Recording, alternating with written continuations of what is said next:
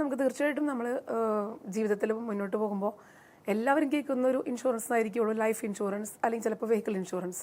പക്ഷെ ഇതൊന്നുമില്ലാതെ ഒരുപാട് category of insurance ഉണ്ടെന്നുള്ളത് മാവേലി പ്രൊഡൻഷ്യൽ പ്രൈവറ്റ് ലിമിറ്റഡിൽ കേൾക്കുമ്പോൾ മനസ്സിലാക്കാൻ പറ്റുന്നത്. അപ്പോൾ എന്തൊക്കെയാണ് ആ ഒരു കാറ്റഗറീസ് വരുന്നത്? നമുക്ക് നോർമലി എല്ലാവരും അറിയുന്ന ഒരു കാറ്റഗറി എന്ന് പറയുമ്പോൾ ഒന്ന് ലൈഫ് ഇൻഷുറൻസ്. പണ്ട് LIC എന്ന് പറയുമ്പോൾ എല്ലാവർക്കും ലൈഫ് ഇൻഷുറൻസിൻ്റെ ഒരു ചിട്ടി എന്നൊക്കെ പറയുന്ന പഴയ കാലത്ത് അങ്ങനെയാണ് പറയുക. ഇപ്പം ഇന്ന് LIC മാത്രമല്ല, ഒരുപാട് പ്രൈവറ്റ് കമ്പനികളും മാർക്കറ്റിലുണ്ട്. നല്ല കൂടുതൽ ഫീച്ചേഴ്സും ബെനിഫിറ്റുകളും കിട്ടുന്ന പ്രൊഡക്റ്റുകളുണ്ട്. ഗ്യാരണ്ടീഡ് ആയിട്ടുള്ള പ്രൊഡക്റ്റുകളുണ്ട്.